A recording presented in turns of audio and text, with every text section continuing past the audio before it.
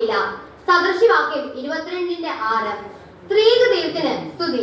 ബഹുമാനപ്പെട്ട വൈദിക ശ്രേഷ്ഠരെ, അധ്യാപകരെ, മാതാപിതാക്കളെ, എന്റെ പ്രിയ കൂട്ടുകാരെ, നിങ്ങൾക്കെല്ലാവർക്കും എന്റെ സ്നേഹവന്ദനം. സൺഡേ സ്കൂൾ പഠനത്തിന്റെ ഏറ്റവും പരമമായ ലക്ഷ്യം ആത്മീയമായി വളരുന്നതിനും വിശ്വാസത്തോടുകൂടി പ്രാർത്ഥിച്ച് ദൈവത്തെ സ്വീകരിച്ച് ആ ശക്തി കൊണ്ട് നല്ലൊരു ക്രിസ്ത്യാനിയായി ജീവിച്ച് ഈ ലോക ജീവിതം സഫലമാക്കുന്നതിനും സ്വർഗരാജ്യത്തിനൊരു അവകാശിയാവുന്നതിനുമാണ് നാം സൺഡേ സ്കൂളിൽ വരുന്നത്. മതമനുഷ്യനായി ഒരു വ്യക്തി ജീവിക്കാതെ ആത്മീയനായി തീരേണ്ടതിന് ദൈവവുമായി വ്യക്തിബന്ധമുള്ള ഒരു മനുഷ്യരാക്കുകയാണ് ഒരു സൺഡേ സ്കൂൾ ചെയ്യുന്നത്. ഒരാഴ്ചയിലെ 5 ചിലപ്പോൾ 6 ദിവസങ്ങൾ സ്കൂൾ വിദ്യാഭ്യാസത്തിന് ചിലവഴിക്കുമ്പോൾ 2 മണിക്കൂർ മാത്രം പഠിക്കുന്ന സൺഡേ സ്കൂൾ വിദ്യാഭ്യാസം കൊണ്ട് നമുക്ക് എന്തെങ്കിലും പ്രയോജനമുണ്ടോ?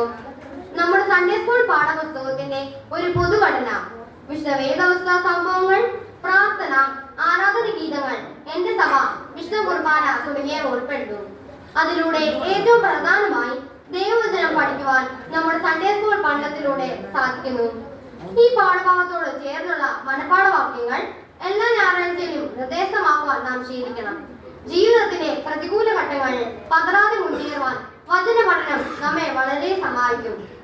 ഒരു വ്യക്തിയുടെ പ്രായത്തിനനുസരിച്ച് ആയിരിക്കുന്ന ആത്മീയ അവസരങ്ങൾക്കനുസരിച്ച് സിസ്റ്റമാറ്റിക്കായി അടിസ്ഥാന വേദ സത്യങ്ങൾ പരിശീലിക്കുവാനുള്ള അവസരമാണ് സൺഡേ സ്കൂളിലൂടെ പ്രചാരമാകുന്നത്.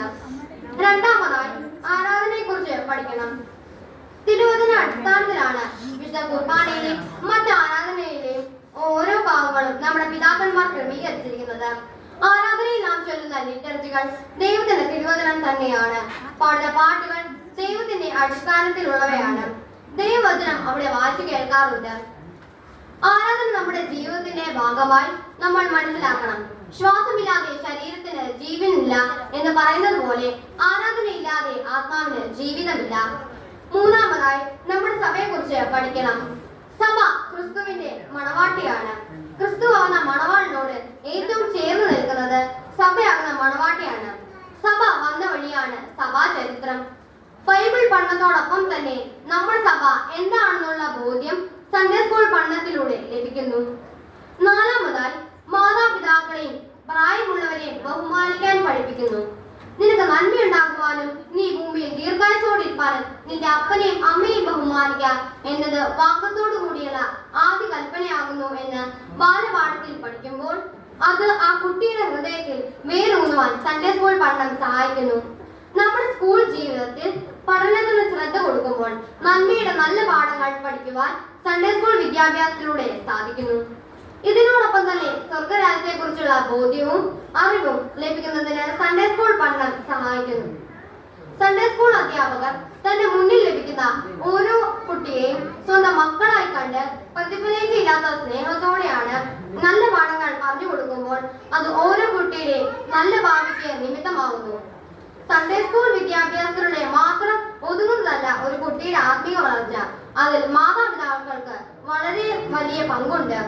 നിത്യേനയുള്ള യാമപ്രാർത്ഥനകൾക്ക്, വേദവായനകൾക്കും കുട്ടികളെ പ്രോത്സാഹിപ്പിക്കേണ്ടത് മാതാപിതാക്കളുടെ കടമയാണ്. 2 കാര്യങ്ങൾ പ്രാവർത്തികമാക്കുവാൻ കുട്ടികളായി നമുക്ക് ആത്മാർത്ഥമായി ശ്രമിക്കാം. ഒന്നാമതായി തുടർച്ചയായി ബൈബിൾ വായന രീതി. രണ്ടാമതായി ആഴ്ചയിലെ 6 ദിവസം സ്കൂൾ പഠനം നടത്തുമ്പോൾ ശനിയാഴ്ച സൺഡേ സ്കൂൾ പഠനത്തിനായി മാറ്റിവെക്കാം.